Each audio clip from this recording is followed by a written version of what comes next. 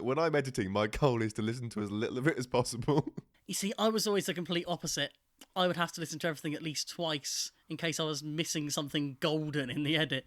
The thing is, if there's something golden, then I'll know about it anyway. Like, I'll have remembered it from having been there when the conversation happened. Yeah, you see, that's great that you can have such faith in your own working memory. I really can't have that faith. I know precisely how stupid I am. So, last time out, I got a bit angry. I didn't notice. No one did. It really flew under the radar. This is one of those things where I'm glad we have a nice audience. We have an audience that can disagree with something and do that in the right way. Because it would have been very easy for someone to just go to town back on me on that. So I'm very grateful that didn't happen. One thing I will say is I stand by basically all of it. That is unlike you. No, the issue is I think I said different stuff to what I actually said. Oh dear. You're standing by what you thought you said, not what you actually said, right? I honestly think that this time I can say both. And the thing that's interesting for me, because obviously it is weird to hear yourself with all of this. It's something you get used to while you're podcasting, but it's not something that everyone gets a chance to do. And I try to kind of use that as a chance to take a step back and work out why something has annoyed me as much as it has. So I kind of want to explain that. This isn't necessarily a defense of the point that I was trying to make. I think the point I was making has merits, it has flaws, and we'll get into those.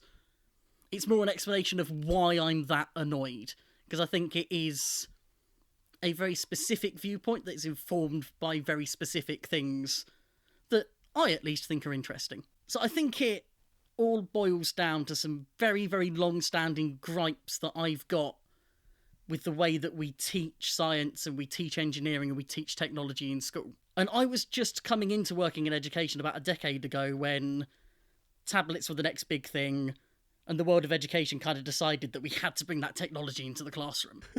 I remember those tablets, they were so bad.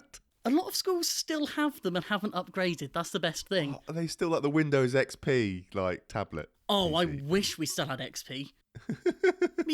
Quite a lot of schools, PTAs loved raising the money for it. They got it in. Not many of them really knew what to do with it. Quite a lot of them still don't. But it's something that's now kind of part of the classroom landscape. And the big result of that has been that over the past few years, we've increasingly been using software to teach children about the physical world. So where you used to go into a school, I'm thinking specifically primary schools here, obviously secondary are their own thing, but so many primary schools you'd go into and there would be a massive science cupboard full of physical things to show children. So things like, your models of the human body, little working model steam engines, that kind of stuff. And now that's getting replaced by teachers going online and finding a video or finding an interactive animation to show them instead.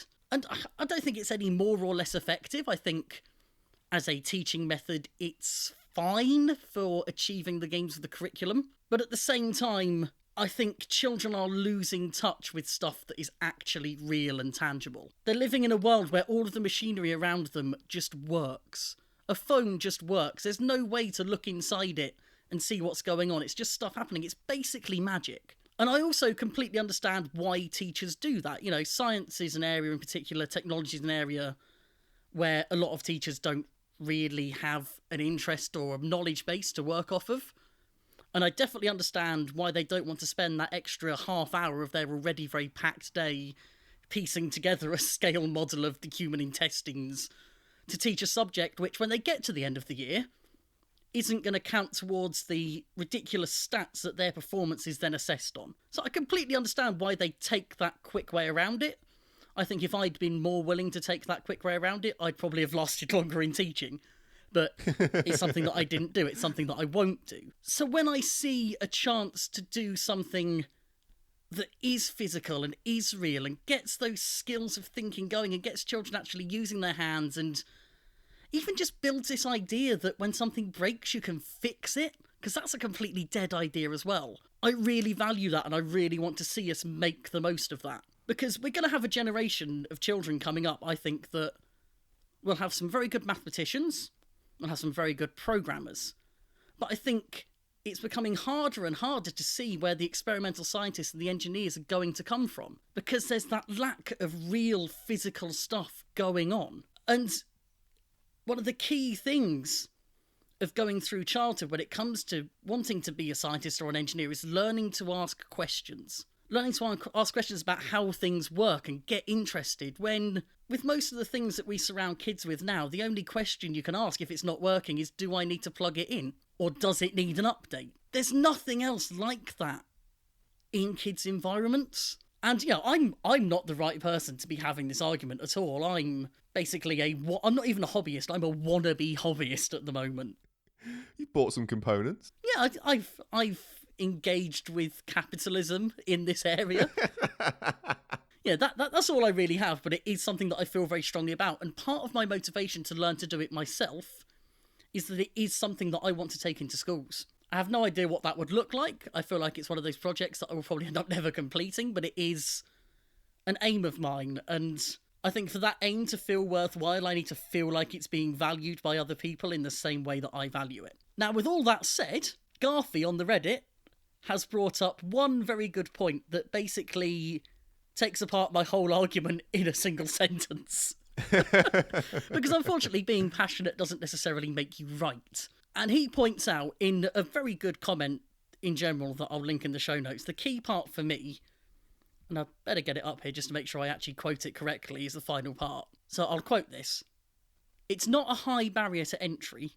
It just requires competence and some research, which, given the dangers of the sport, should be a minimum requirement. And that, try as I might, I cannot disagree with whatsoever. That is something that I had really badly overlooked. So yeah, I'd love to counterpoint that, but it is a great point. And I've run out of steam. It's an ironclad argument. There you go. That probably wasn't as eloquent as I wanted, but I think that got all my ideas out. I think so as well. I have nothing to add, seeing as I'm not a teacher. I suppose then we might as well jump straight through to King of Bots. Yeah. Something that we didn't really know if we were going to be able to cover, but as it is, we're getting to see all of it. We have... I still don't think that we're going to be able to cover it or not. we have rough translations of some things. We're going to seen try the show. No, one person that I need to shout out right now is, and this is going to be a mispronunciation of a screen name.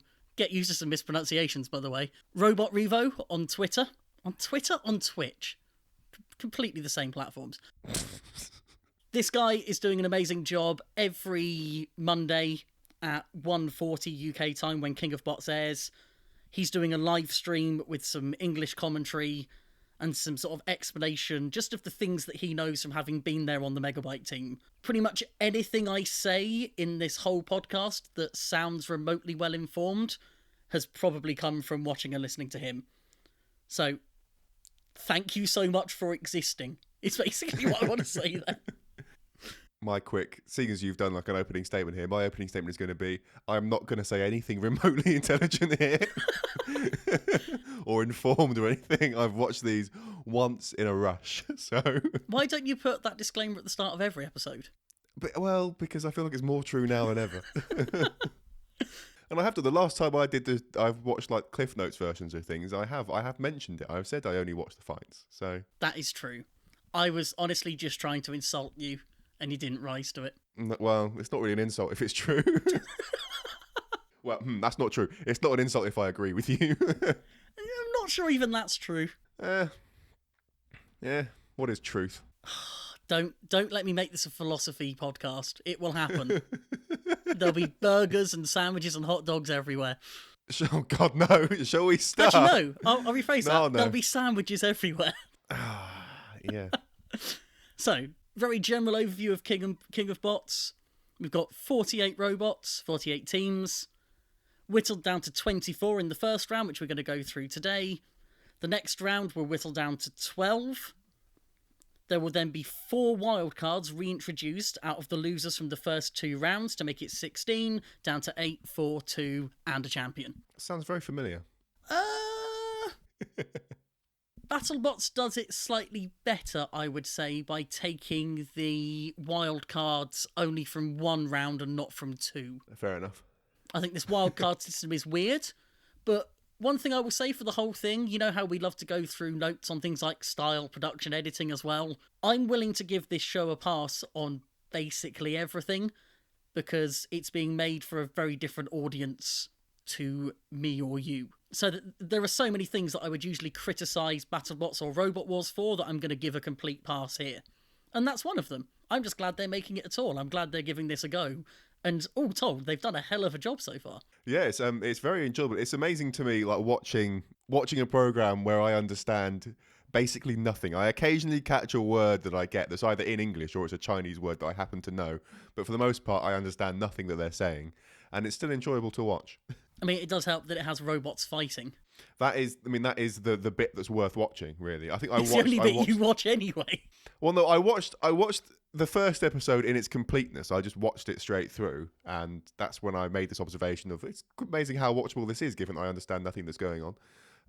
But yeah, I mean, for the other two, because I had to watch them with a bit more time pressure today, I just sort of skipped over the talky bits because I gained nothing from them anyway. You may not realise this then, but there are a few segments in English. Yeah, I have sort of spotted whenever you've got like English speaking teams on there, or where the common language I guess would be English, then they do that. But yeah, I have spotted it. Something else we've had that you may or may not have seen is that there have been some conversations between the judges happening in English, or specifically between Ian Lewis and what I imagine is the head judge, because the other guy seems to not speak English and the guy in the middle is in the middle of that. Yeah, I had watched that a bit as well because I wanted to see what the outcome of that fight. Actually, to be fair, they've done it a few times. You know, that's one of the things that Robot Wars could completely learn from here. Yeah, I really enjoyed sort of like a couple of times where they're doing it and you sort of like explaining why they gave it one way or the other. Which that's something that I think you've definitely mentioned that you'd like to see from the judges segments. So it's good to see that it exists and works. It's somewhere else. Me have an opinion on judges segments? Never. You alluded earlier to BattleBot similarities. How about that arena? It is very, but that's fine actually. Like I saw it and thought that's basically the BattleBots arena, but I actually don't care at all. Like it's a good arena. Yeah, it's more than fine. It's smart. It's sensible. Yeah, it's a very good arena. I think it's basically the same as the BattleBots one, but it's got the flippers on it. It's got 2 floor flippers, I think, which are quite interesting. It's funny because they look so tiny compared to the one that's in the UK arena. I don't know why they look tiny, but they just do. They just look like these tiny, pathetic little flippers, but they actually seem to pack a bit of a punch as well. So they're quite good. Something that's really struck me while watching this is that in BattleBots, I miss the pit. In King of Bots, I don't. And I think that's purely because I've got a preconceived thing of I want BattleBots to be more like Robot Wars. Although maybe as the series goes on and we get some sort of closer fights, maybe I'll want it back then, I don't know. What it definitely has is lots and lots of flames, which I know makes you happy. All of the flames. Well, I was going to say you can't have too many flames, but you probably could. I mean, if literally the whole thing was on fire, it could be inconvenient to say the least.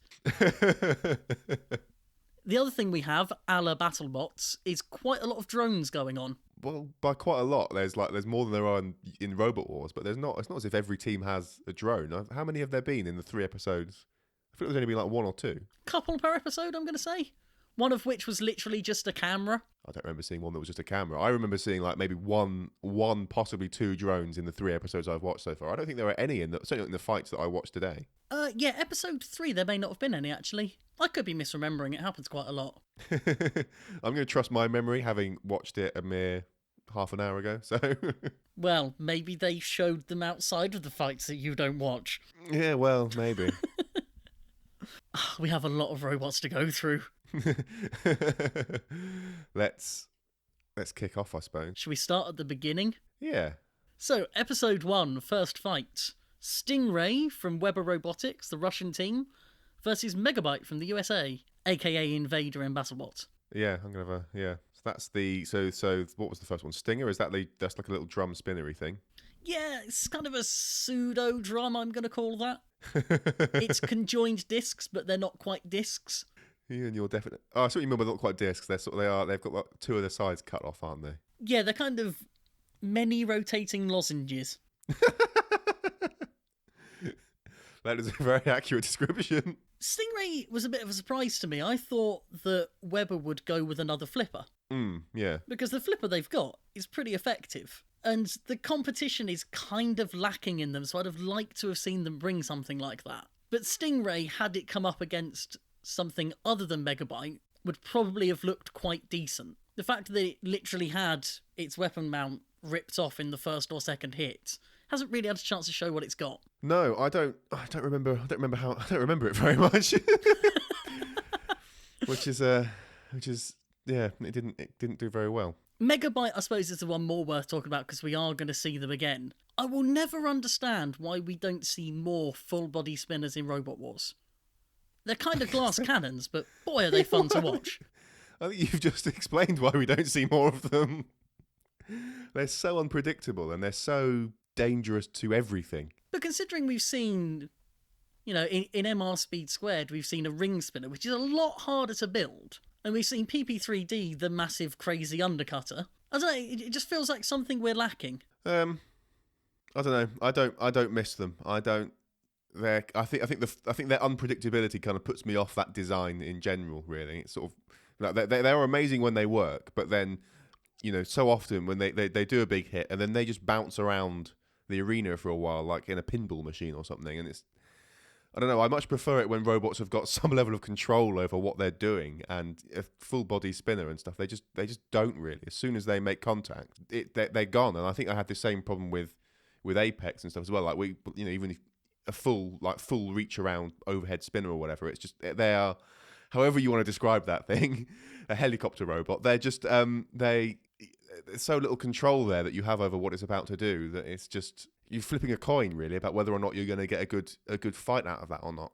Everything you've just said is true, but I'm going to sell you on the idea with one mental image. 10 Robot Rumble with Megabyte.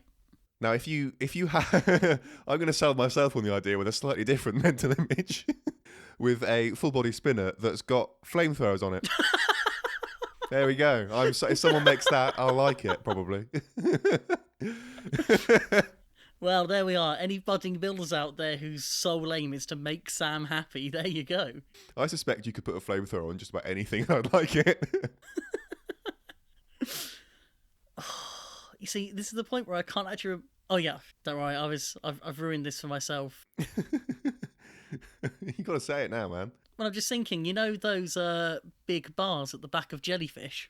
They'd be great flamethrowers. They would be. Jellyfish would be so much better if it had flamethrowers on it. But jelly would melt on contact with flame. Well, I think that's a sacrifice that's worth making. You would. Do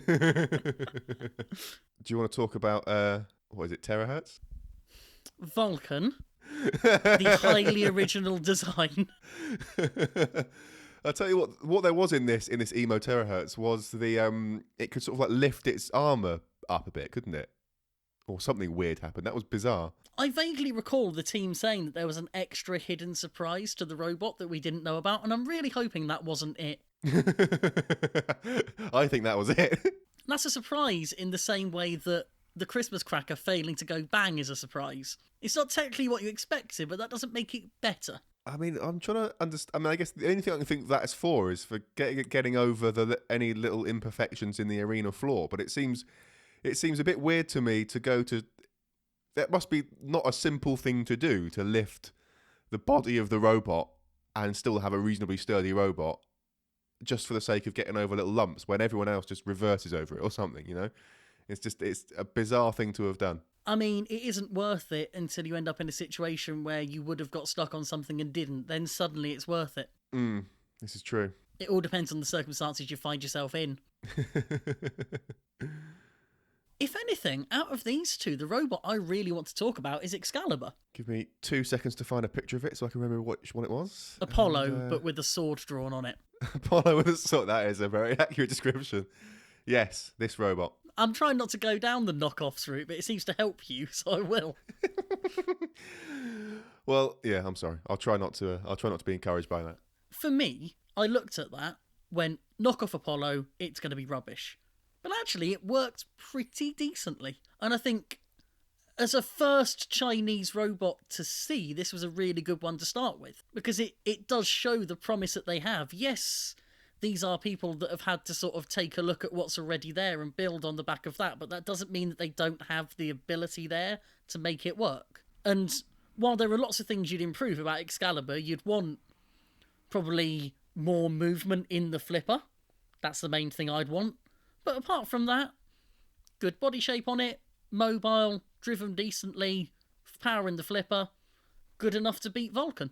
I mean, just the other sort of quick point about, if we talk about these as like knock off other robots, I'll try not to do it because I shouldn't. And for this reason is that even if you're going to decide, I'm going to build if the intention is to build a clone of another robot, that in itself is still not an easy thing to do. Like if you do that and do it well, that's still difficult. So I think it's very unfair to sort of to brush these off as basically Apollo with a sword, because it's not. And even if it was, that's still a very difficult thing to have done, and they've done it well. Plus, as we all know, wedge flippers aren't knockoffs of Apollo, they're knockoffs of Ironside, the original wedge flipper. Yeah, I'd like to see someone build a wedge flipper that doesn't look like one of these robots as well. This is something I was thinking about with all of it. How original can you be without being ridiculous? Obviously you can go off and create something completely off the wall. We're going to see that with Crossfire. But I think with most designs, we're going to find something to compare it to. When it's a very obvious copy, it is a bit... It's hard to put that out of your mind when you first see it. But it's kind of... It's just postmodern roboteering, is what I'm trying to avoid saying. You've just said it, though. I couldn't think of another way, and I was floundering. I was floundering badly. It's okay. Is Vulcan a disappointment? Yeah. I kind of gave away what I thought by saying that with such a tone of disappointment, didn't I? I mean, the way you said it sounded like you were about to say yes as well, like you're asking yourself a question type thing. It's so hard. They'd have to have such an incredible robot for me to like it, given how much it looks like terahertz.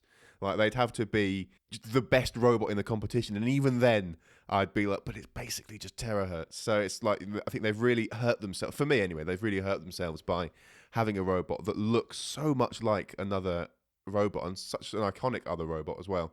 And then it didn't even perform all that well, really. So, yeah, a bit of a disappointment, really. I'm just disappointed with the way that it lost. So losing that wheel seems like a really weird failure that came under basically no pressure. And then the unreliability of the self-righting, which seems to have come just from what I assume are aesthetic pipes on it. I don't see what purpose they have. I mean, if they were actual pneumatics in there, that would be a really stupid thing to have done. It would be a flimsy system.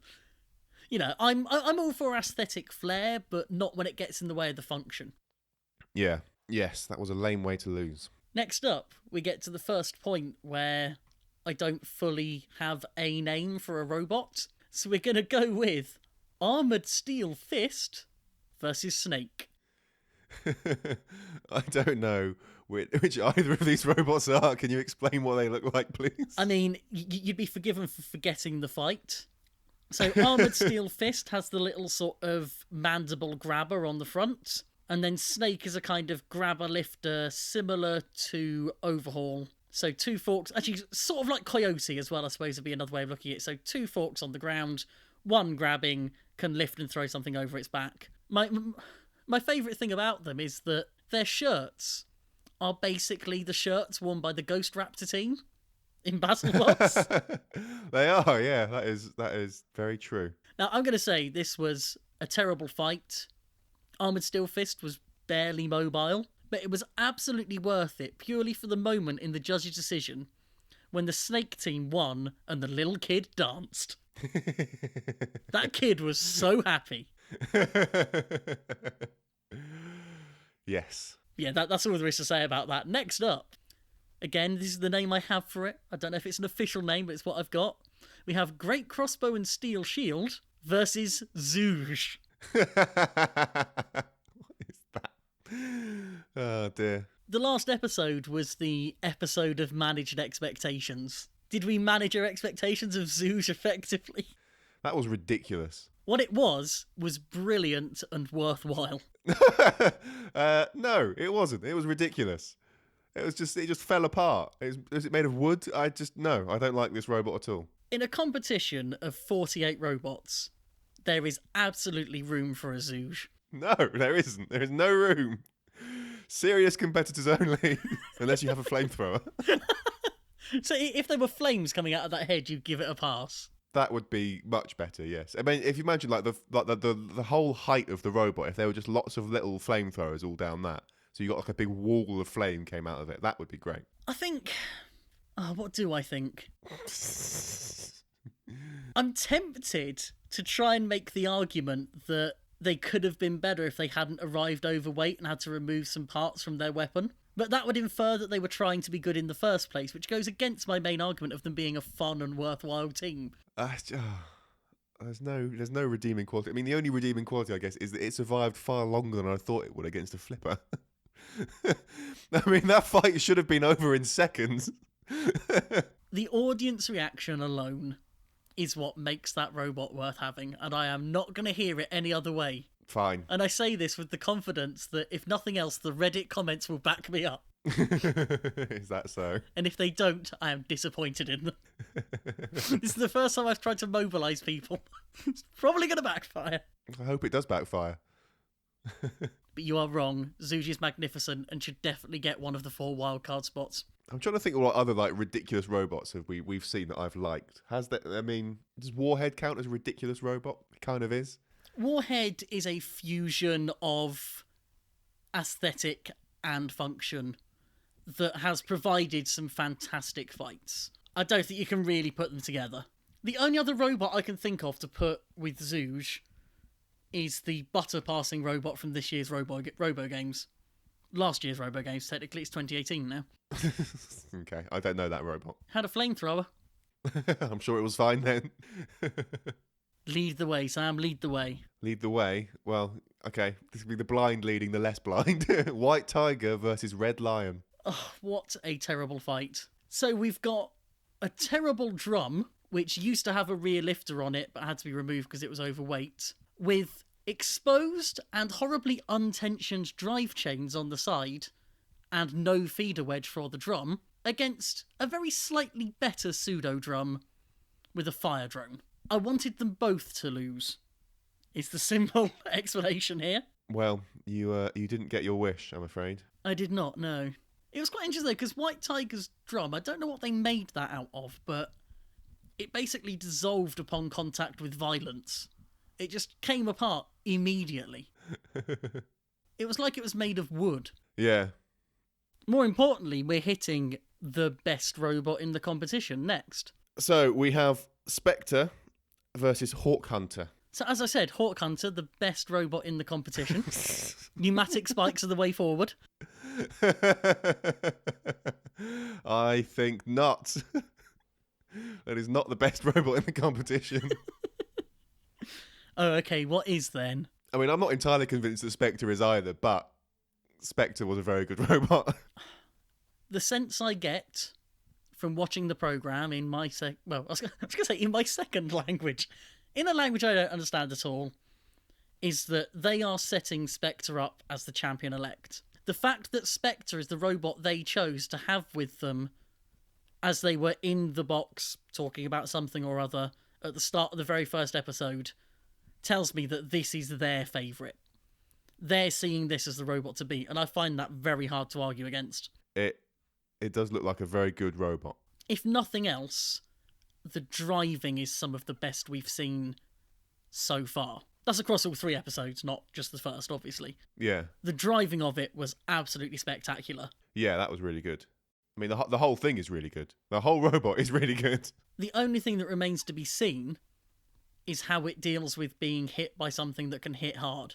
Yeah. Can it self-right? Does it have a stream mech on it or not? Yes, it's got a kind of pulsar-style self-righting mechanism on the back. Okay. I think Cool. you see them flap it around at some point. Oh, yeah, I remember that. Yeah. Cool. I just can't wait to see it in a slightly tougher battle now. Yeah, I really want to see it chew through something a bit meatier. In fact, I'm going to check who they have in the next round. Spoiler alert. Really slow spoiler alert. Ooh. Spectre is up against Whirlwind. Ooh, that'll be good. That will be good. Because what was it, Whirlwind? That was a good one as well. That was a good robot. It didn't have the sternest test in its first fight. It was up against a very weird pair of machines, so... Yeah, but it didn't fall apart. That is the challenge, to be fair. With a robot like that is the challenge. I think with most of the robots we've seen so far, we've not seen them really tested. The ones that are the front runners by my book, none of them have had particularly tough fights yet. So I suppose we can't really mark any of them down for that. Yeah, I mean, they are the fights. A lot of the fights are quite imbalanced, really, aren't they? Because you've got these robots that do seem to be a lot better. But I mean, is it that they're really good robots, or are they just sort of really good relative to otherwise very poor robots? Well, I mean, what you've got here is a lot of first attempts. And we've seen well enough in Robot Wars that your first robot usually has major flaws. In the case of the Worm team, your second robot also has major flaws. I say that as a joke, but, there are lots of teams out there who need to have a few failures before they have that big success. And pretty much every team here... I mean, I'm not sure there's a single Chinese team that's built a heavyweight before. There are quite a few that have been doing lightweights, featherweights, or whatever it is that the local competitions have. But for most of them, they've not built anything on this scale before. So they're all kind of at the point we are without weights, where, in a sense, getting something that works is the achievement and everything else is a bonus. There are a couple of Chinese bots that I think are real contenders, and we're going to come to those, but the fact they're getting out there and competing at all is bloody good work. Yeah, it reminds me of another thing that I was thinking, that there's so many different sort of weird and wacky weapons in this that you just wouldn't see, because I guess in the UK scene, people have the community has gone through the learning process of what kinds of weapons work well and what doesn't, and maybe the Chinese community hasn't been through that just yet. So you get much more weird and wonderful weapons out of them at the moment. And there's been a bit of a divide, I think, between the teams that have gone out and looked at how the British and the Americans build their robots and have tried to emulate that. Varying levels of success, but they've tried to emulate it. And then there are the teams that have just gone, okay, what do I think this should look like? And it's really interesting to see that, for example, so many teams have chosen to use omniwheels or mechanism wheels, which is something that in the UK, basically no one is doing. Everyone should do it. Watch all the reboot series of Robot Wars and BattleBots, and you're going to see one robot with Omni wheels? Should have seen two, but, hella chopper. So that's something that is very clearly them either going, okay, we think this is better than what's already being done, or them going, this is just how we think it should be, full stop. And admittedly, those teams mostly haven't done very well, but they've failed trying. When the Omni wheels work, they're glorious. I want to talk about it. You've started the conversation on Omni wheels. I would like to talk about, what is it, Blue? Is that the one with the pink hammer? It is indeed, yes. I was going into it because the next robot chronologically also has them, but we'll talk about Blue. Yeah, but I want to talk about the good one. I want to talk about the one that was just amazing. For as long as I've been saying that Omni wheels are fantastic and everyone should use them, this is what I've had in my mind. This, almost exactly this robot, but with a flipper instead of a hammer. It's just, I just want... to see it driven well, to see a robot with Omni wheels that can actually strafe and do it well, and then they're using it to line up hits and all kinds of stuff. It was so good, so exciting. You do realise this is the robot I've been constantly telling you to look at, right? Well, now I've seen it, and it's brilliant. So yeah, Blue is the name they're using at King of Bots. Normally it's Mega Melvin, but trying to translate that apparently was tricky. So they decided that the very thick irony of calling a largely silver and pink robot Blue was the next best thing, and they were right. Yeah, that is a good... I love the fact that it's pink. The pink hammer is glorious. I always forget that you really love a bit of pink on a robot. You can't go wrong with some bright pink. This is a really unfortunate matchup as well, because they've gone up against one of the best Chinese robots and been forced to put them out. So Raging Bull, which is kind of your Toro / Bronco style flipper, it's got a lot of power in it. It's not necessarily the best controlled, but there's a lot of raw power in that machine. And that would have beaten most other robots in this tournament, I think. Yeah, well, maybe. I don't know. Not sure I'd go quite that far. It's... Do I want to say this? It's definitely the joint best flipper in the tournament in terms of raw power. Ooh, bold statement. In terms of driving, definitely not. But in terms of raw power... Yeah, I think driving's probably the reason that I don't rate it that highly, actually, because it drove into the wall at least once. Multiple occasions, I think. It just sort of straight into a wall, so... Yeah, they struggled a lot with the timing of the flips as well. The other thing that I think made life very hard for them is that to either side of the flipper, they've got kind of wedges that seem like they're very intentionally there to defend against horizontal spinners. And they were making it harder for it to get under Mega Melvin, which is not a horizontal spinner. And therefore those bits could maybe have gone for that fight. But again, modular building is something that isn't necessarily what you do for your first robot. Or your first heavyweight, at least. Do you want to go back into the world of the chronological order again, then? It's your choice. If you're happier like this, we can go for it. No, let's carry on through what was into episode 2 robots now. I feel like we've we need to finish episode 1. We need to finish. I'm sorry, I was getting ahead of myself. So you know how when you skipped ahead to blue, yeah, you wanted to talk about omniwheels, and you then spoke about how you wanted an omniwheels robot with a flipper on it. No, but I wanted a good robot with omniwheels. Oh dear. So we have Crazy, also known as Residual Wind, versus Old Captain, which I've also seen referred to as Sea Dog, which I think is a way better name. So Crazy is our horizontal bar spinner, against Old Captain, which is omniwheels on a bathtub.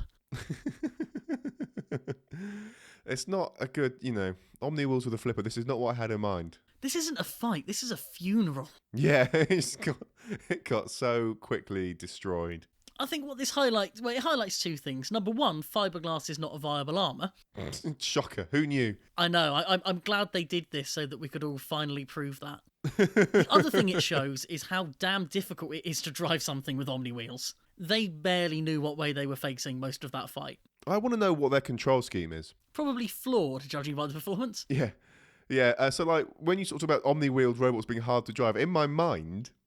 This is based purely on speculation. All right, 14-year-old Sam. An omni-wheeled robot with the correct control scheme, which I'll explain in a moment, should be easier to drive than the control scheme that you sort of end up, that seems to be like the default way of driving one of these robots. So like the way that I imagine a lot of robots get driven is you've got a transmitter and then you've got forwards, backwards and rotating left and right all on the right stick or something.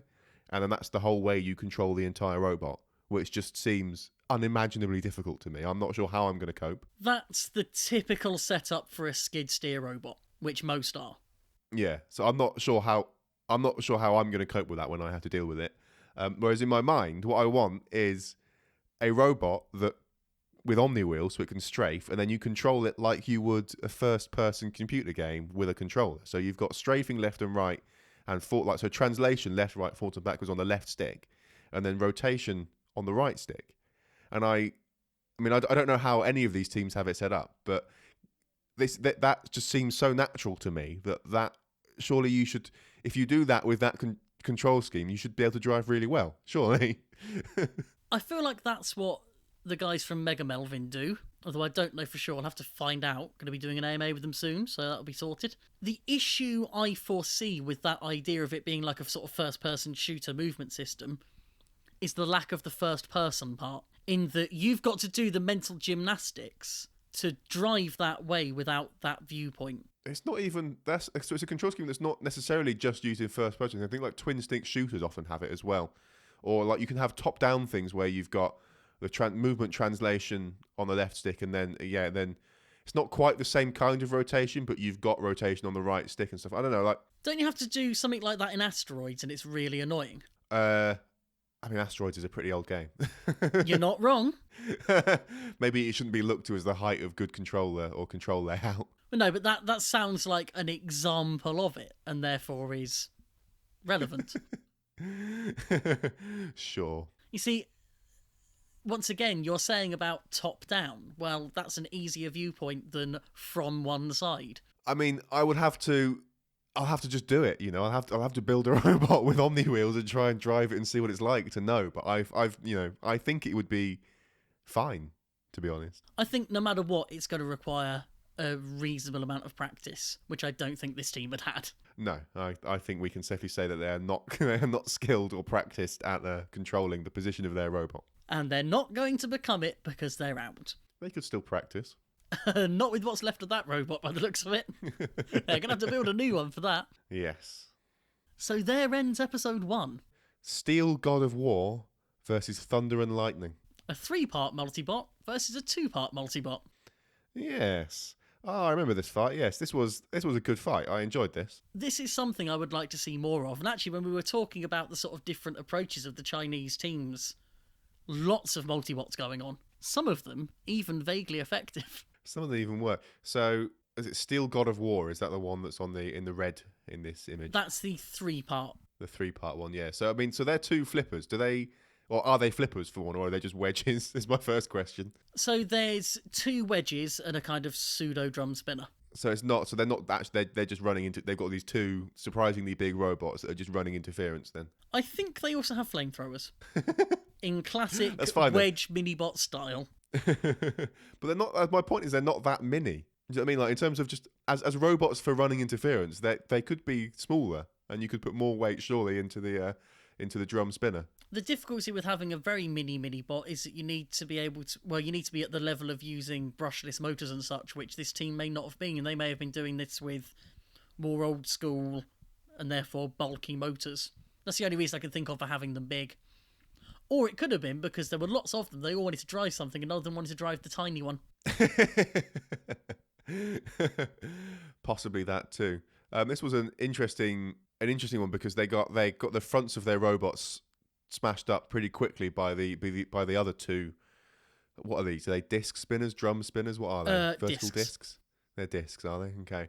By the other 2 of those, they all got the front of their robots. The 3 of them got torn up and stuff. So they couldn't do much in the world of getting under their opponents anymore. And yet, still managed to fight the distance. And still brought it all the way to the end, which was very, very good. They're all pretty hardy robots, I think, really. When I first watched it, I wasn't even sure that this judge's decision was necessarily correct, because I recall Thunder and Lightning for large parts of the fight being upside down and just trying to self-right. When I watched it back, I kind of saw it more, because obviously the damage counts for a lot, and I think, as the judges say, there was a real lack of teamwork from Steel God of War.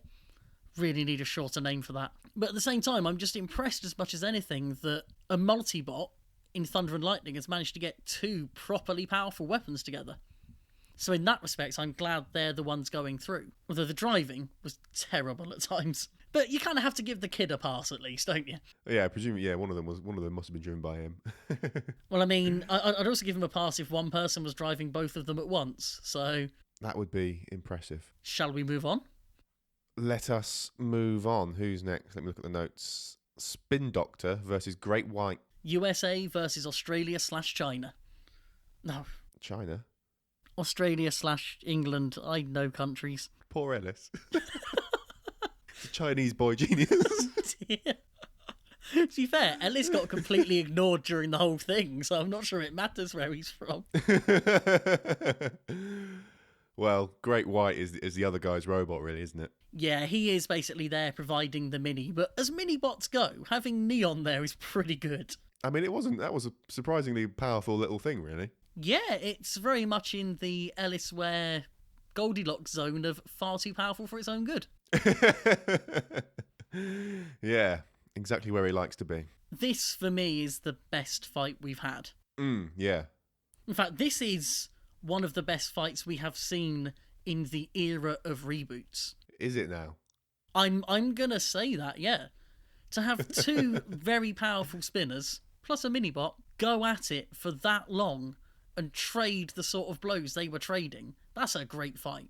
Yeah, it did go back and forwards quite a lot, because when they first started, I thought, what was it, Spin Doctor? I thought they were going to win pretty early on, because they just sort of seemed to take out Great White pretty quickly, and then the tables turned. Their flamethrower stopped. That's what went wrong. Is their flamethrower stopped working, and after that, they just got slowly but surely beaten on by Great White. Yeah, the lack of the flamethrower was definitely what turned it. That really hurt them, yeah. There was nothing else going wrong at all. Remember, kids, correlation does not necessarily mean causation.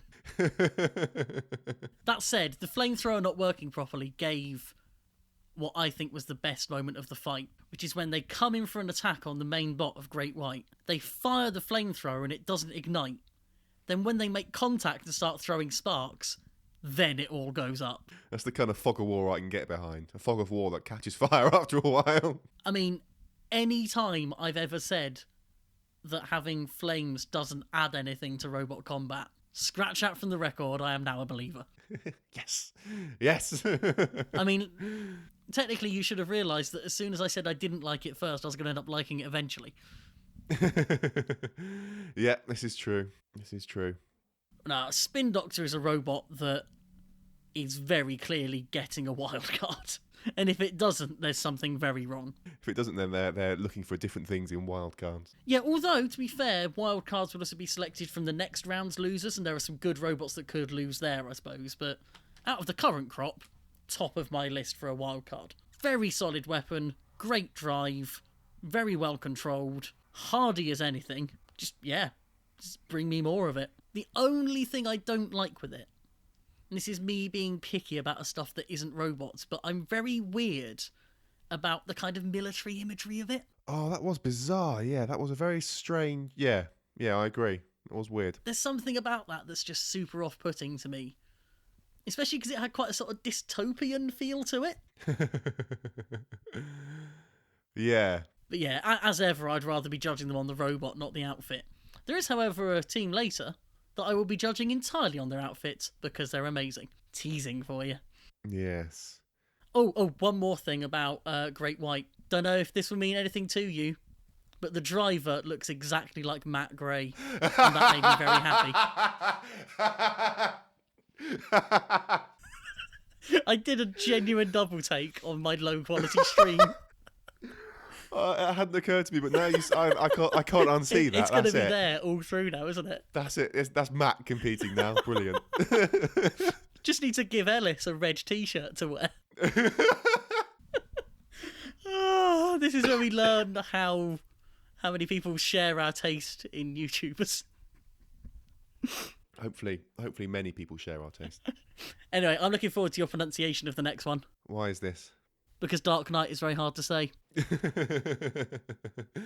You have Tanshi and Dark Knight. I have learned that the correct pronunciation, which I've been getting wrong as well, is long A, hardy, I'm going to say. So Tansha, apparently. Okay. And I'm amazed that the only Chinese word I've had to pronounce so far was in the name of an English robot. Did you catch that at some point? This is really interesting. It's sort of when you start watching these things, you eventually start to pick out little words. And because am I right? Because they mentioned that this is basically the Chinese word for flipper, right? And I've definitely heard this word being used when another robot went on one of the floor flippers. So it's just sort of like once you sort of know, oh, that like Tanshi or whatever is flipper, then it really stands out. I thought it was quite funny. It's like, aha, they're talking about the floor flipper. I understood some commentary. So when you said earlier that there were snippets of Chinese words you understood coming out, was that literally the only one? Well, there's that, and there was. I'm trying to think. Is it like? Oh, I'm not going to try and pronounce it, but there. I think it's like thank you or something is another one, or hello, and stuff like that. There are a couple of little words that I occasionally do that sound familiar. Whether or not I have an accurate translation to them in my head is another matter, but they sound familiar to me. I have nothing to add because I know no Chinese. I think it's like shear or something. Oh, that does sound familiar. Yeah, it's like XIA. I think it's either hello or thank you, or one of those like rudimentary words that you learn very early on. Sort of a formalities word, as I would call it. And no one else would, because that doesn't make sense. Yeah, it probably wouldn't take much longer of watching this to learn 3, 2, 1 in Chinese as well. Oh, why haven't I? Could probably do the symbols for it now. Could have added that to my repertoire of barely understood languages. I was worried at the start of this fight that Tansha was going to be a disappointment. Those first few flips didn't look very good, did it? They were pretty weak, pretty pathetic. There was nothing there. I wonder what was going on. Was it just sort of like, I don't know, was something jammed? Did they just not fire it properly? Was it like a half press? Was it a half A press? Dear. Just making weird references. Do you know half A press? Do you know that? Vaguely. I knew you were going for something. It's a brilliant video. You should link that in the show notes. You think I'm doing show notes? I'm on bloody holiday starting tomorrow morning. I'm sorry. Carry on with Tanshi or Tanshi. Tansha. Tanya. Yeah, let's go with that. Yeah, I'm imagining they've got two modes on the flipper. One that is a kind of save some gas lift, and one that is a proper kick 'em as far as you can kind of lift. Well, I'm glad they turned on the second mode eventually. Well, their plan all along seemed to be to sort of pin them up on the side, and the one time they had the opportunity, they seemed to use the proper flip. I suppose you've got wait for a good hit himself. So Precisely. I suppose it shouldn't be surprising that they'd be very conservative with that weapon. And again, you could very much tell from the outset that it was John and not Gabe driving. Very controlled, very conservative, very patient. Gabe, though, that man is made for international TV. You know what? He is the Brian Cox of Robot Wars. That's what he is. Always smiling, great hair, looks 30 years younger than he actually is. Give him his own TV show and I will watch it. I don't even care what it's about. Although that is only a step up from his podcast, which is very good, so... I mean, what if he did a TV show badly demonstrating ant weights? I would give him a pass, is what I would do. Would you? Okay. Gabe can do no wrong, and you know it. Also, I don't think he'd be capable of doing a bad job of that. He would at least have passion. Yeah, that's true. I'm sure he would. I mean, give him half a chance. I'm sure skilled man such as Gabe, I'm sure he'd be able to come up with something to make it boring and rubbish, but... It's not in his nature. It's not in his nature. I also felt that his interview with John at the beginning had a slight sort of Obi-Wan and Luke feel to it. The fresh-faced youngster and the wise old head with his slightly strange way of wording things with, it has a novel appearance. It does have a novel appearance, I have to say. Like, it does look very different to other robots. It's very, very unusual to have a white robot, I think. Yes, it's interesting to me how different it looked as soon as it had a scuff mark on it. It was very quickly ruined visually by doing its job. I mean, if you have an all-white anything, as soon as you get a mark on it, it's ruined. This is why you should never buy a white car. Yeah, it's... The thing is, it doesn't look like it should work. That's the really weird thing with the design. Not the colour, but the actual shape of it doesn't look like it should work, but clearly does. Yeah. Yeah, it was good. I like it more now that I've seen it in motion. I think the last time we spoke about this, I wasn't as enthusiastic about what it looked like as you hoped I would be, and I'm probably still not. But it is growing on me now that I've seen it moving. I think that makes a big difference. I've also just realised that earlier on, I asked if you could make a flipper that doesn't look like something else. You could until this came along. Well, I mean, this is very clearly got a lot of design input from Terahertz. So it's a blend of Legion, the featherweight, and Terahertz, I suppose, in that respect. But it doesn't look like any other flipper. No, as far as flippers go, it is a very unique looking robot, which is cool. Shall we move on? We shall. I mean, I have nothing to say about Dark Knight, sorry. No one does, it's fine. Actually, you know what? We should, because I think Dark Knight is one of the better made Chinese robots. Oh, it's got the cool wedge on the front, so it's like a reversible, like it can drive upside down, but the wedge on the front is on a hinge, I think, so it'll flip. So it will always be a reasonably good feeder wedge, which is quite cool. I mean, it wasn't anywhere close to on the ground the right way up, but maybe it is when it's upside down. Look, the idea is sound. I'm trying to be positive. The build on it looks really good. If anything, the only issue they've had is ground clearance on the front, and also wheel guards have lost them this fight. But let's continue going with the old Jonathan Pierce thing of exposed wheels are always a bad thing, eh? Yes, exposed wheels are always... You should never put armament on your wheels. What if it's lithium polymer armament? What then? Yeah, again, I think if you were just choosing out of this round, I'd have them in contention for a wild card. largely because they're one of the Chinese teams as well, and I think I wouldn't have a massive issue with slightly favouring the domestic teams with these wildcards. Yeah, can you imagine how sucky that would be if the entire like final four or whatever was was all foreigners? I guess. I don't think any of them would mind, because the real reason they've brought so many international teams in is A, to guarantee some quality robots, and B, far more importantly, to learn from. You know, they've basically brought over a bunch of very experienced people to help them get up to the level they want to be. It's a smart investment in their own domestic scene. I hope it pays off. Same, because I feel like there's a good chance that King of Bots now is going to be around longer than either BattleBots or Robot Wars will. So it better be good. This is all we've got. But yes, on to... I can't get past this. I got a message from Ryan earlier today of just a screenshot of this, and I didn't understand why he thought it was funny then, and I don't understand now. We've got Hammerhead Shark versus Shadow Ring Blade, aka Hurricane Tony. And for reasons not known to me, and probably not known to Ryan as well, Hurricane Tony is a hysterical name. It's just Tony.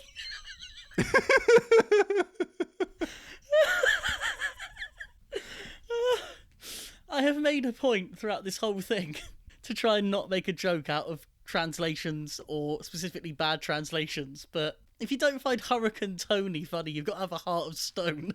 Just amazing. I think very few people will find it as funny as you. That is their loss if they don't. I've just had my entertainment out of this whole thing. It's brilliant.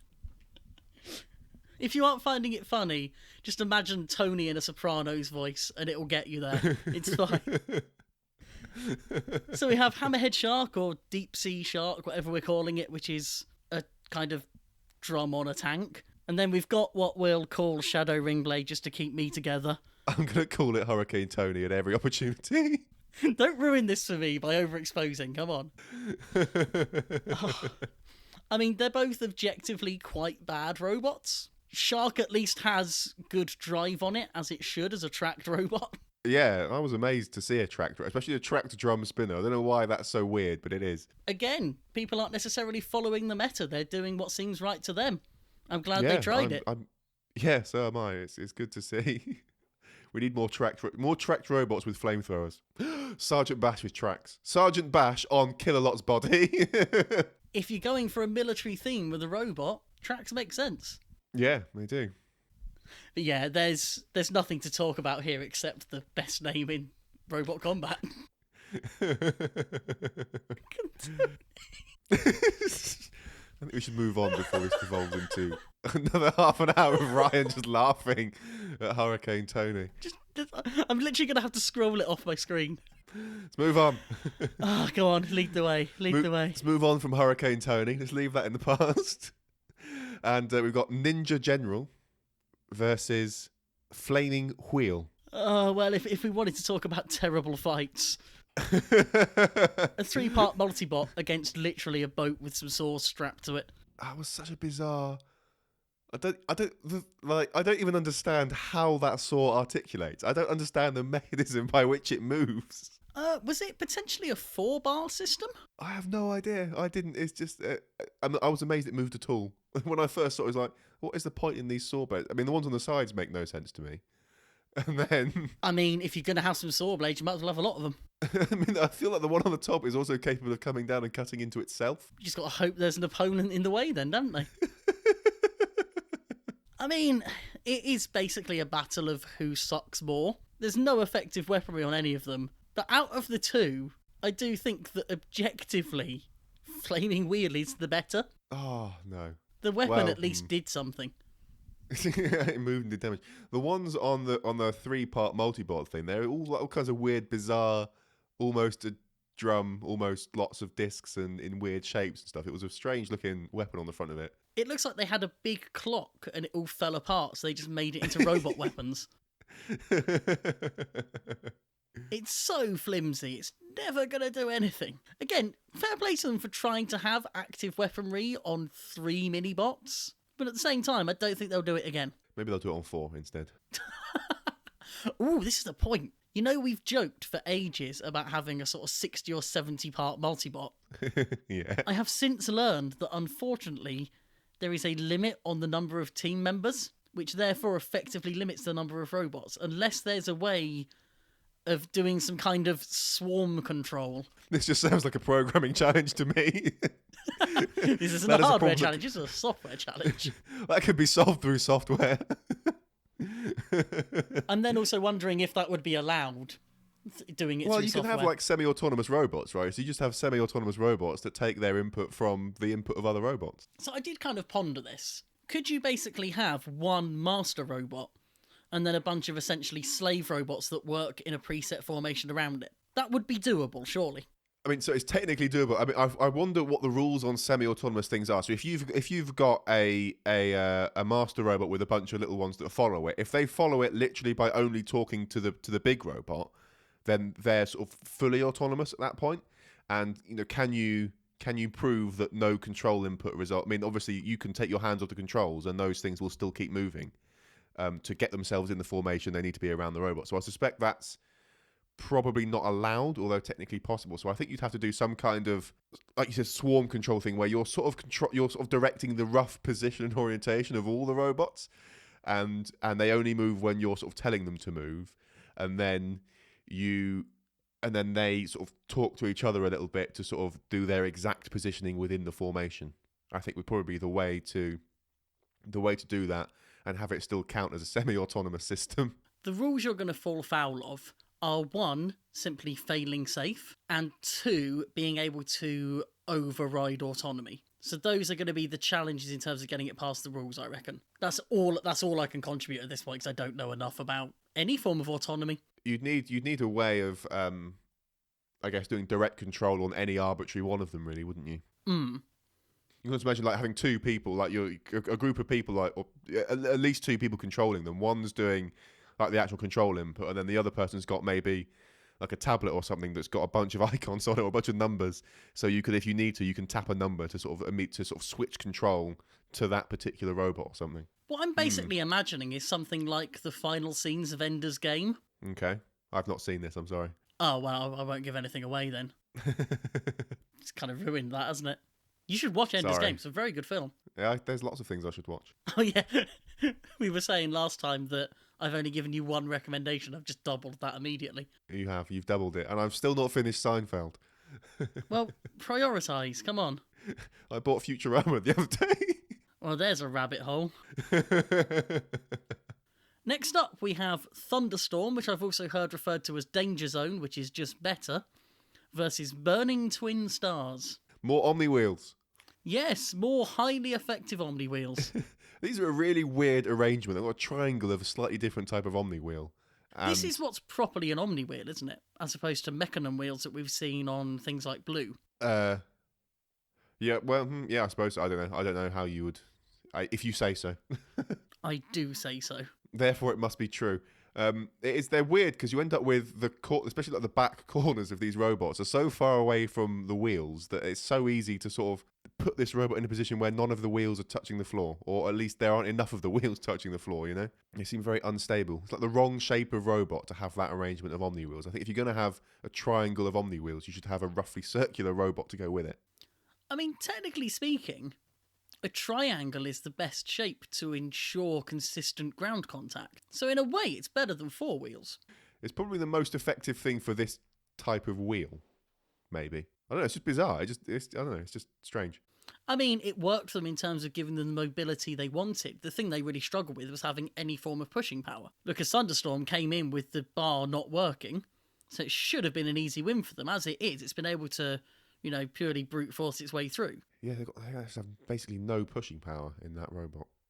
They've got one motor that can almost never do anything, and then the other 2 that are splitting their power in a weird way. Thunderstorm, I think, is the best chance of a Chinese robot winning this competition, if they get the weapon working. Yeah, that would be brutal if they got that going. There's something about it where it just looks like it's really competently made. And the fact that it's a one-person team makes me think he must be really good. I'm not sure one person equates to really good. I know it's worked for Thor. I mean, I think the advantage of one person is there's no design by committee. Yes. Although I think you can have multi-person teams where someone is basically a dictator. So, for example, with Terahertz, realistically, you feel that John Reed has designed and built that, and Nick Lynch comes along to competitions and operates the weapon and gets shouted at.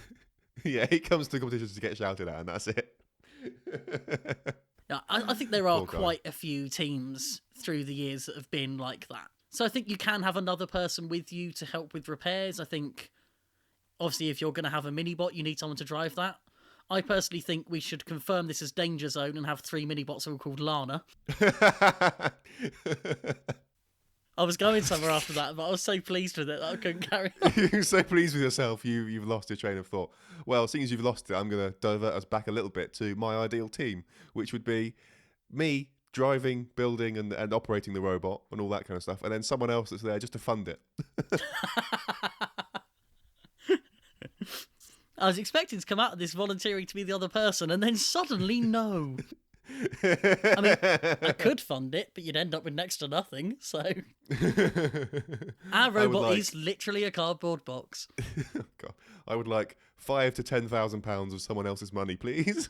To be fair, that is basically how King of Bots works. I feel like I'd need to prove that I can build a robot, though, before they'll give me that kind of money to build one. Maybe in a few series' time, they'll feel they can take a risk on some idiot from England. Some idiot occasionally spouts ridiculous ideas on the podcast. And I'll make sure that I'm that idiot. I have a ridiculous idea for a spinner that we should discuss at some point, by the way. Always happy to discuss your ridiculous ideas for spinners. In the meantime, however, we should move on to Extreme versus Rustbore. Okay. Have you worked out which robots these are? I think so. So it's Many Saws versus Bakelite Minotaur. Bakelite Minotaur. What kind of... this was sort of like cemented for me the idea of just the weird and wacky weapons that you just don't see anywhere else. I mean, it has potential, in a sense, if they could just, do it in such a way that the chains stay on when breathed upon. I mean, does it have potential, though? I'm not sure it has potential. I mean, it's such a long wheelbase.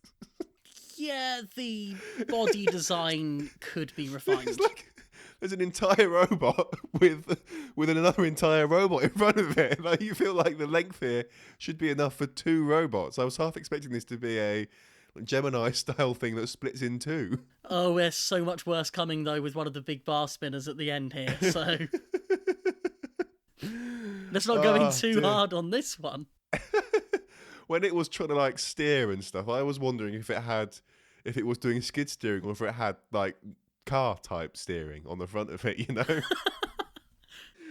I wasn't sure. All it needs is a little powered caster right on the front under all the saws. That'll get it round. Yeah, I mean, I think this is probably the first robot I've ever seen on these things that does not have a 0 turning circle. Oh, you don't remember the early days of Robot Wars where on the little card that came up with each robot, under strength was often listed as 0 degree turning circle. Yeah, I'm aware that was a thing, and it's a thing of the past, unless you're in China, and in which case, apparently, robots have such long wheelbases that it's a thing of the present. Also, if you want an example of a robot with car-style steering, look no further than the original Kilohertz. Of course. Literally car-style steering, and you know what? John Reed did very well with it. I'm sure he did. Just had to do a couple of 3-point turns at times. Can you imagine 3-point turns in a fight? I mean, it's funnier to imagine it now if, Pulsar had to do that.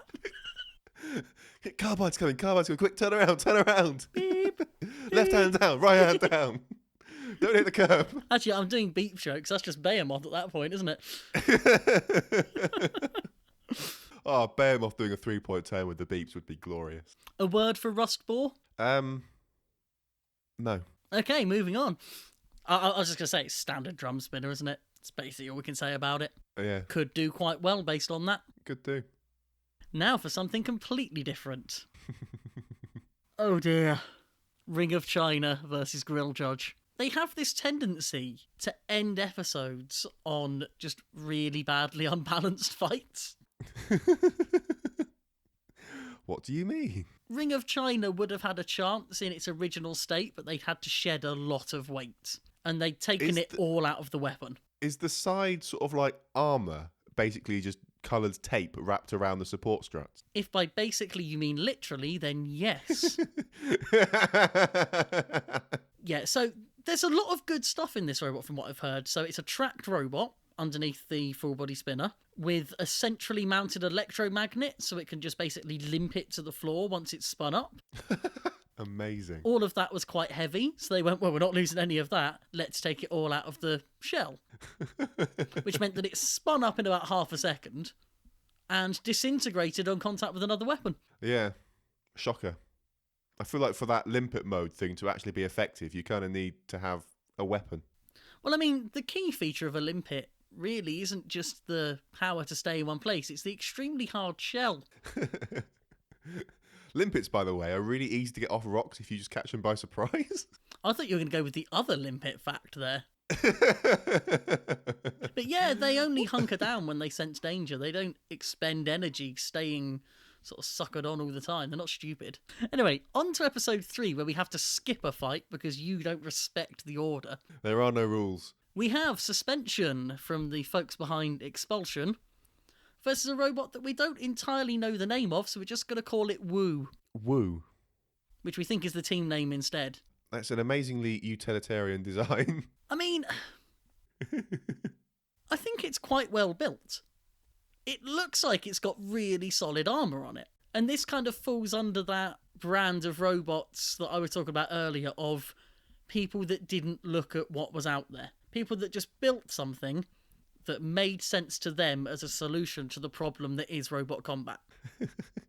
So it's come out looking like a really weird Ironside 3, but I don't think that's because they've seen anything else. That's just because they've gone, let's make it look a bit like a car or a tractor and let's put a spinning metal blade on it. It's a really sort of pure idea, and I sense that this team probably have the engineering skill required, now that they've been there and seen what other people are building, to make something that fits the meta a bit more. So I was expecting to come in and absolutely pan this robot, but it actually looks half respectable. I would actually like for them to just come back with just increasingly refined versions of this robot.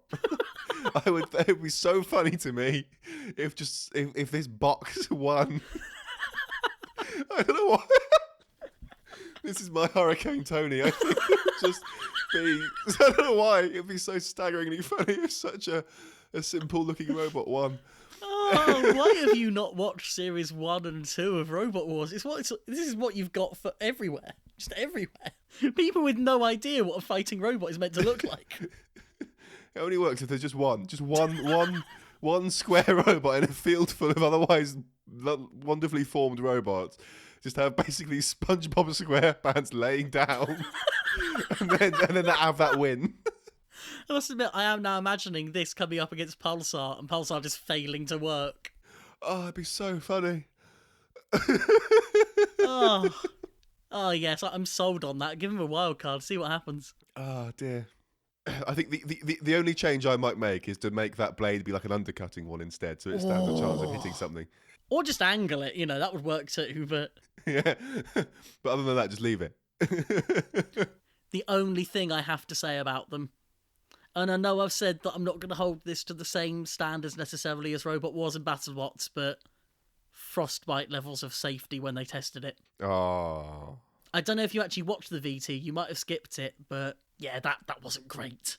Okay, I will not watch it. I don't want to sour my, well, it's soured now, but I'm sorry. I had to use the it's F fine. word, didn't I? Beep it out if you need to, it's fine. While we clearly love Woo, we should talk about Suspension for a second as well, as what looks like a very solid little robot. I don't... does it have a weapon? It's a kind of wedge two-directional lifter in the same sort of style as Stinger. Okay. That's Stinger from BattleBots, not Stinger the Thwackbot from Robot Wars. Well, if this was in the style of Stinger from Robot Wars, we'd have to have a serious... We'd have to have a serious discussion about what Thwackbot means. I'm really pleased to see the Brentwood team being slightly less ambitious and significantly more successful. They've made a robot that's actually capable of moving where and when they want it. That is quite the achievement. I mean, that is exactly what we're both aiming for with our ant weights, Yeah. and they've done it. So Well, let's be honest, I'd quite like to get there at the first attempt, if I'm honest. But ant weight versus heavyweight, difficulty curve is slightly different. No, this looks like it has a real chance of going reasonably far. I don't know about that. I think it's a robust little robot, but I don't think it doesn't seem to be able to do anything. It doesn't seem to be able to do anything in terms of attacking other robots. What they did in this fight that I think they would do in others. I don't think this was up against an objectively bad enough robot to say they wouldn't be able to do this against the stronger competitors, is use the hazards. It is, to all intents and purposes, a form of control bot in that it is a pusher. And I think they have the ability to survive that will get them past a lot of the robots that aren't going to be particularly reliable. Yeah, but then they're gonna get to the point where they're attacking robots that are particularly reliable, and then what do they do? What have they got? They lose. Nothing. But that's fine. That's why I said reasonably far. I didn't say they were going to win the thing. I'm just checking out their matchup for the next round, and they have got Snake, which is the lifter gripper thing that you didn't remember, so I don't know why I'm describing it again. Which I know which one you mean this time. Definitely fits the bill I was saying about in terms of potentially unreliable. Yeah. Yeah. Yeah, I can see them doing decently. Okay. Only time will tell. We've got two fantastic alternative names coming up here. Oh dear. So the first is a robot called Shoo Shoo, which is also known as Moments, which sounds like a great name for a perfume or aftershave. And then we've got Griffin. Moments, brought to you by Robot One. I'm just imagining a whole advert of just whispered nouns and peaceful imagery. The other robot we have is Griffin, but what I love is that the direct translation of the team name is just Uncle Tom. Brilliant. It isn't a Hurricane Tony, but it's still good. It is. I mean, would that be funnier if it was a Chinese team? Would you find that funnier, having Uncle Tom as the name? Yeah, if it weren't for the fact that I already know his name is Tom, it would be even funnier. I'm going to take a moment now to feel vindicated, because when we did our little preview thing of King of Bots, I distinctly remember calling this robot ridiculously unbalanced, maybe, or certainly calling it unbalanced and top heavy. And you protested against me, saying this probably wasn't. That we didn't know. We couldn't say that for sure. Exhibit A. I don't think it's fair to have a go at me for saying that we couldn't be sure. I think that was true. Now, however, we can be sure. You tried pretty hard to convince me that it wasn't going to be top heavy. It's top heavy, and significantly so. I don't think it's top heavy that's the issue. I think it's the very narrow wheelbase that's really done them over here. That's made it very difficult for it to go in a straight line. From what I understand, they knew they had centre of gravity issues when they arrived. They redesigned the drive to try and sort it out. I just didn't have the time to get it nailed. Disappointing. It is. I think there's a lot of potential in that weapon. And defensively, it stood up to what is a pretty big bar. But more importantly, mascot. I mean, what more do you need? A functional robot? Yeah, an effective robot, please. Or a flamethrower, one of the two. If Griffin had a flamethrower, you'd be fine with it. I'd be more fine with it. I'll take that. I'll take that. Yeah. They were doing a spin to win at the end there. I can't remember who actually won this fight. But I'll give you a clue. The robot that could move in the direction it wanted to. So, but then they were stopped for a while. So I think Griffin was spinning as if thinking they'd won, and then they didn't. The sense I got was that was a weird bit of editing, because it seemed like that shot was duplicated at the end of the fight. Okay. See, I'm not entirely sure on that one. Shenanigans have been called. Oh, I mean, with editing, we could call shenanigans for days, but we're not going to, because we're giving them a pass. What about the countdown that takes increasingly long the closer you get? The tension and drama of it getting to 10 when you know it's going to end in a knockout. Yeah, they're doing like the slow countdown for a robot that's upside down and can't self-right. I just assume that's what a Chinese audience wants, so let them have it. There I am being, my generosity there. Let them have what they want in their own TV show. Go on, we'll allow it. You're so kind. I'm just an all-round great guy. I never get angry, especially at judges' segments. Who's next? Dragon Warrior versus Knight. Yep, that is next. There's not a great deal to say. Nope. Knight is basically Spin Doctor. Dragon Warrior is a flail spinner, and as we know, flail spinners can never ever work. Oh yeah, they're completely useless. They never win anything. There's no potential in that idea whatsoever. Especially not retractable ones. Oh. I mean, to be fair, I would say this style of flail spinner basically obsolete at this point. Is that fair to say? The effectiveness of this kind of robot kind of ended at Mauler. Yeah, I mean, it's probably not got much. But then, I don't know. You never know what it could do. It could get a few lucky hits. Very true. And if someone wants to come along and prove me wrong with a very destructive version of this, then I'll happily watch it. Yeah. But unfortunately, weapon effective or not, the bodywork under it was far too flimsy. It didn't last long. No, it didn't. It was a very short fight. And that's why it's going to be a short description of the fight. Moving on. Guardian of Swire, I think that's what it's called, versus Whirlwind. It's called Whirlwind, Tony.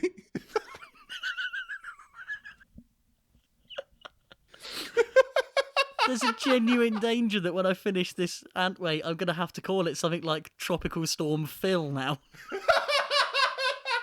Tropical Storm Phil.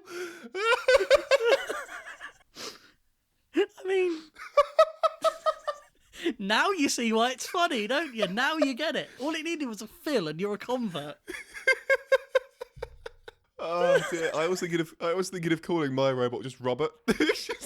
It's the idea of giving a very human name. It just cracks me up. Did you do that because it's so close to robot? Yeah, it was the closest human name I could think to robot.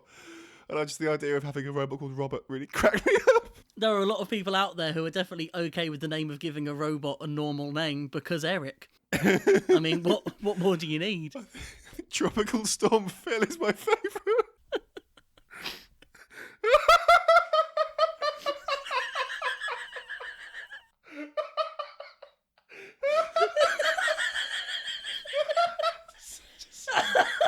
Such a ridiculous name. Oh, I think I may have just committed to that now. You've got no choice, mate. Oh, I wanted to make it so serious. Now announcing Tropical Storm Phil. The best thing is, if you did it as a heavyweight and it got on Robot Wars, they'd have to do it in the voice. I'm going to try. I've got to try if I can get through it. What is it? It's a flipper, isn't it? Just make it a spinner, because why not? Spinner. I don't think I can do it. I can't even. I don't think you can either. I think I'm clipping as well. This is terrible. Oh, don't. This is not a time to worry about audio quality. We're going to have to compose ourselves here, because we've only got a few to go. Tropical Storm! No, I can't do it. It's not possible. Oh, dear. So, Guardian of Swire is a multi-bot with chainsaws just running around the edges, because why not? Yeah. And Whirlwind, I mean, as I said earlier, if we were rewarding the title based purely on outfits, they have got it. This podcast is ruined. We can't carry on. Still on Whirlwind, Tony. We can do this, Sam. Come on, we're seasoned professionals at this point. We're what, 20 episodes in? 21 episodes in? I'm sat here with a microphone stand on a chopping board on a bed. Oh, God. A chopping board that will at some point be made into tropical sport. Oh, right. Come on. I don't think we can talk about Whirlwind, I'm afraid. Well, whatever it is. It's a good robot. It looks really well made. It's spun up really fast, but we don't know how much power it's got because the mini-bots seem to have very flimsy armour. Next fight. So we have Blade Gyro, also known as Magic, versus Scorpion. This may be different to the list you have, by the way, because things got weird in the order of the episode in the end. Okay. Blade Gyro is like Tombstone but doesn't work, and Scorpion is a crusher that broke in front of Ian Lewis. I loved that shot of it. Like there was just like a wry smile from Ian Lewis as he saw that beak get bent. He knew. That's reminded me of a lovely moment from this episode, actually, where I was watching this on Twitch on Robot Revo's stream, and the main guy, whose name temporarily escapes me but is written down somewhere. It's not Phil, is it? Oh god, it better not be. I've lost my place in my notes. I've got an uncle called Phil. I'm not sure I'm ever going to be able. An uncle called Phil and his son's called Tony. I don't think I can ever talk to them again. Especially in high winds. Is it? Oh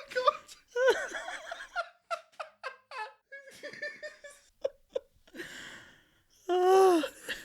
Anyway, Adam from Bots FC was watching in the stream, and then it came up with that little segment of Ian Lewis just praising and praising their robot. And he hadn't seen that before. He wasn't sort of around when that was filmed. It was the first time he'd heard it. And just imagine that feeling of sitting there, just seeing Ian Lewis say that you've made a great robot.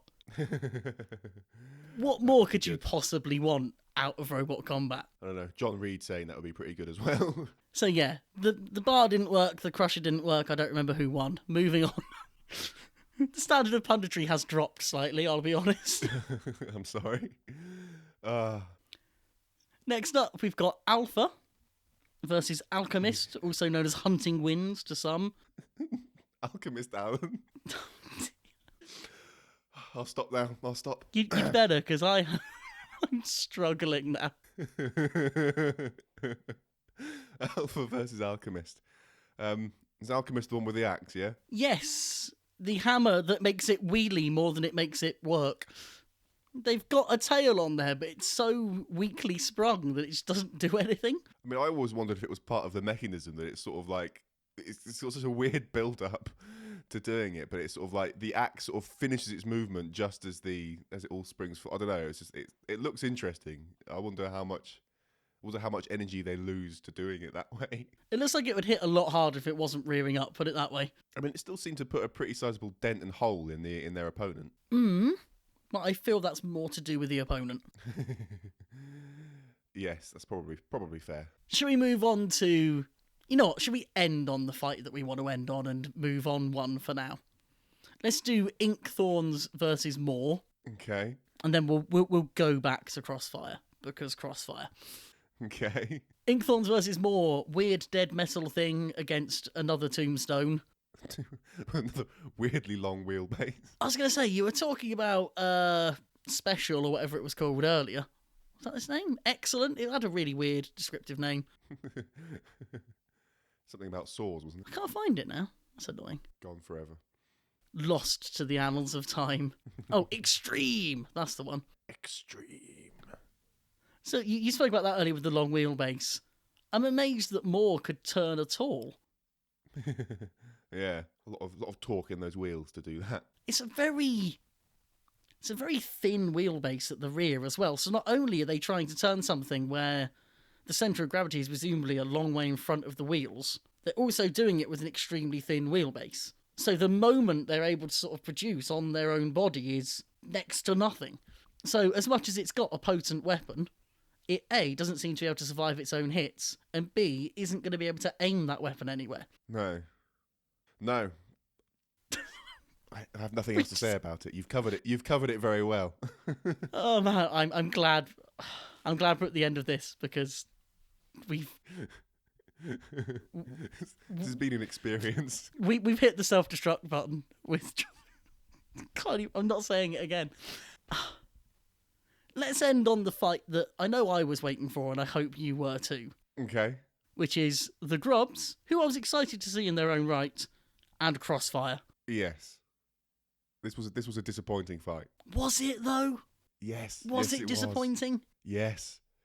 What were you hoping for that you didn't get? I was hoping that Crossfire was some clever design that I didn't understand and it would be good, and then it was as stupid as I thought it was, and then the Grubs didn't really do anything. I mean, the Grubs didn't have to. No, they didn't have to at all, no, which is part of the problem, really. But I don't know, like, Crossfire is just so mental, but not even in a good way. I don't know, I don't like that robot. It's so unfortunate when you're this wrong. What Crossfire What is... do you like about this? I like the ridiculousness. I love the I need the ridiculousness of this robot. It's a 1 meter long bar. That can't hit anything because they can't move the damn thing. False. It can hit itself. But Here's the thing with Crossfire. When that goes into the arena, you know that something is coming out badly damaged. Whether it's the opponent or itself, as a spectacle, doesn't matter. I mean, look at the damage that did to the flipper. No, but I don't even think it blew itself up in a particularly entertaining way. I think that's the thing that sort of, it was just like, well, that collapsed in a, well, fine, of course it collapsed or hit itself and stuff. I don't know. It's just not. It wasn't impressive to me as a competitive robot, and then it wasn't impressive in its self-destruct either. It was just, I don't know. I just overwhelmingly meh about the whole thing, really. Huh. Sorry. I did not plan for that, I'll be honest. I thought, if nothing else, you would think it was spectacular. No, not even the flamethrower redeemed it. Oh, that is a big flamethrower, though. I mean, if they'd fired it more, then, maybe, but... I mean, we have seen, from trailers, footage of it appearing to work better than this. Whether that's because it's going to come through as a wild card or it's going to be in some kind of rumble, we don't know. But it looks like we are going to get to see more of it. And I hope that what we see is more of it doing what it tries to do. Because it didn't work effectively in this fight. There's no getting away from that whatsoever. But at the same time, I don't think it was ever meant to be a competitive and anywhere near perfect design. No, but there's just stuff about it that I cannot even fathom. Like the rear wheels, right? I don't understand why they're at an angle. I can't think what, other than making it harder to drive, what does that do? Why are they not parallel? That would allow it to essentially pivot around the weapon. So if you imagine it's facing an opponent and that opponent is sort of driving in a circle around them, it means that they can have the left wheel essentially going forwards, the right wheel essentially going backwards, and that's going to purely turn that back. It's basically rear wheel steering in a sense. It's going to move that back around and keep the weapon facing as well as it can. Because obviously the gyroscopic forces involved in having a weapon that big at that angle are extremely hard to tame, so I can see that being, if not the most effective solution, a fairly effective solution to a massive problem.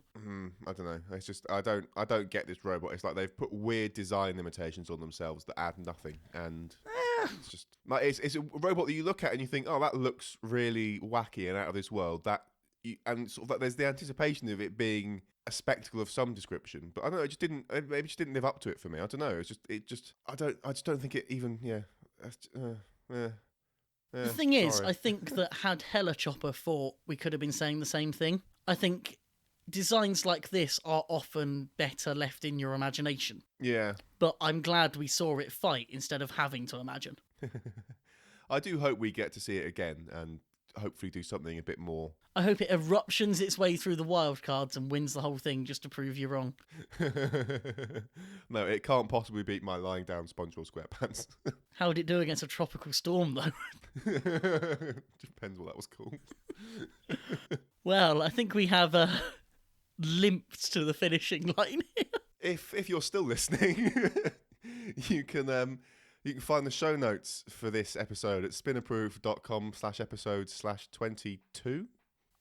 Yeah, let's go with that. Yeah, spinnerproof.com/episode/22. You can find links to the robots we've been talking about, probably, and other things. You can also find a link to our Twitter, it's at Spinnerproof, where you can tweet us what you would name a tropical storm. I think we need to make a promise right now to ourselves and to our audience that we will never try and cover 24 fights in one episode again.